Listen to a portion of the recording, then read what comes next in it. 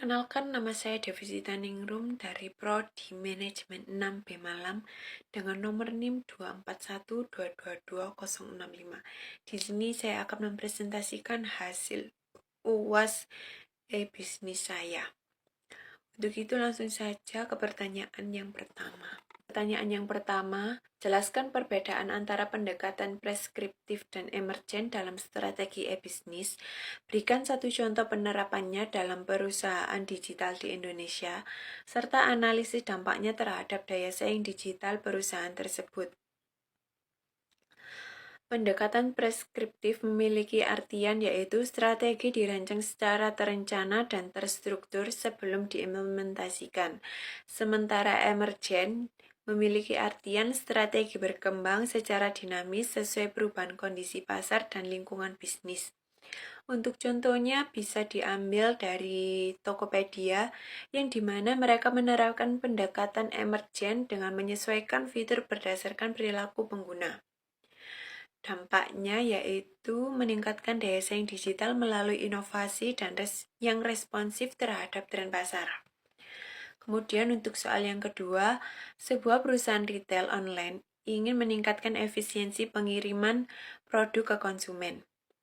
A. Identifikasi proses SCM yang dapat ditingkatkan dengan teknologi. B. Sebutkan 2 teknologi digital yang dapat digunakan dan bagaimana manfaatnya. Kemudian yang C, apa risiko digital yang perlu diantisipasi? Untuk proses SCM yang dapat ditingkatkan ada 2, yaitu manajemen inventaris, yang dimana mengurangi kelebihan stok dan mempercepat pemenuhan pesanan. Kemudian yang kedua ada pemrosesan pesanan, di mana mempercepat waktu pemrosesan dan pelacakan pesanan secara real time. Kemudian teknologi dan manfaatnya ada IoT, yang dimana melacak lokasi barang, kondisi penyimpanan, serta status pengiriman secara langsung. Kemudian itu ada pula AI, yang dimana memprediksi permintaan, mengatur rute pengiriman tercepat, serta meminimalkan biaya logistik. Kemudian selanjutnya resiko digital yang diantisipasi ada 2. Yang pertama ada keamanan data, di mana resiko kebocoran data pelanggan. Kemudian yang kedua ada gangguan operasional, dapat berupa serangan cyber atau kegagalan sistem teknologi.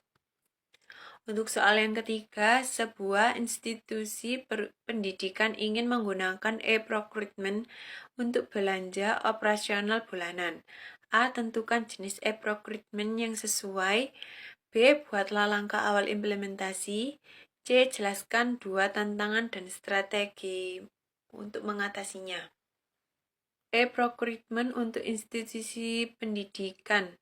Jenis yang sesuai yaitu bisa menggunakan e-purchasing, yang dimana untuk pembelian barang rutin secara cepat dan efisien. Kemudian langkah-langkah awal implementasi yaitu identifikasi kebutuhan barang atau jasa dan penyedia yang tersedia. Kemudian yang kedua ada pengadaan dan pengaturan platform e-procurement yang terintegrasi. Serta yang terakhir ada tantangan dan strategi mengatasinya. Kurangnya literasi digital staff, yang dimana dapat diatasi dengan pelatihan dan pendampingan. Kemudian kendala integrasi sistem lama, dapat menggunakan API untuk menghubungkan sistem baru dan lama secara bertahap. Untuk soal yang nomor 4, jelaskan dengan contoh bagaimana bullwhip effect bisa terjadi dalam rantai pasok digital. Sebutkan 2 solusi digital yang dapat mengurangi dampak dari bullwhip effect. Bullwhip effect terjadi ketika fluktuasi kecil dalam permintaan konsumen menyebabkan perubahan permintaan yang jauh lebih besar di tingkat pemasok atau produsen dalam rantai pasok. Dalam rantai pasok digital, bullwhip effect dapat terjadi karena kurangnya transparansi data, keterlambatan informasi, atau prediksi permintaan yang tidak akurat. Contoh kasusnya bisa terjadi pada sebuah toko online mengalami kenaikan permintaan produk elektronik selama promosi besar. Karena data penjualan yang terlambat diterima oleh distributor dan pabrik, mereka memproduksi dalam jumlah berlebih dan mengakibatkan terjadinya kelebihan stok setelah permintaan konsumen menurun. Untuk real-time dan data sharing-nya yaitu implementasi sistem ERP atau SCM berbasis cloud yang memungkinkan semua pihak dalam rantai pasok mengakses data, permintaan, dan stok secara langsung dan real-time. Contohnya, perusahaan yang menggunakan SAP atau 4HANA Cloud untuk sinkronasi data antar distributor dan produsen, serta demand forecasting dengan AI, yang dimana menggunakan teknologi artificial intelligence untuk menganalisis tren permintaan dan membuat prediksi yang lebih akurat. Contohnya yaitu retailer besar atau seperti Walmart menggunakan AI untuk memprediksi kebutuhan stok berdasarkan pola belanja musiman dan tren pasar. Kemudian untuk soal yang terakhir, bandingkan pendekatan e-procurement berbasis marketplace dan sell side dari sisi efisiensi biaya, fleksibilitas, dan kontrol manajemen. Sebutkan situasi bisnis yang cocok untuk masing-masing pendekatan.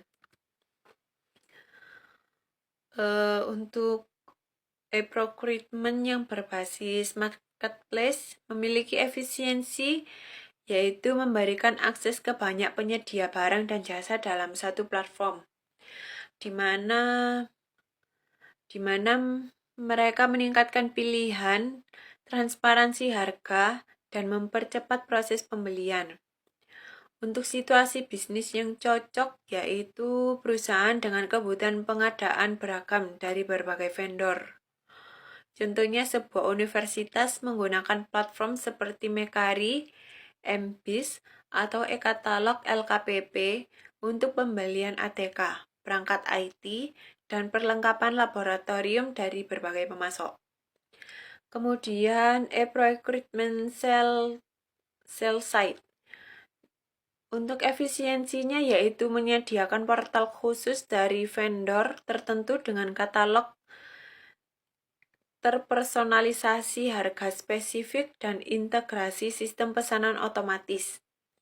Kemudian untuk situasi bisnis yang cocok di mana perusahaan dengan hubungan jangka panjang dengan vendor tetap dan kebutuhan yang rutin. Contohnya dalam sebuah pabrik manufaktur menggunakan portal e-procurement dari vendor mesin industri tertentu untuk pembelian suku cadang dan peralatan secara berkala dengan harga yang sudah dinegosiasi. Sekian dari saya. Apabila ada salah kata atau kalimat yang kurang jelas, saya mohon maaf yang sebesar-besarnya. Wabillahi taufiq wal hidayah. Wassalamualaikum warahmatullahi wabarakatuh.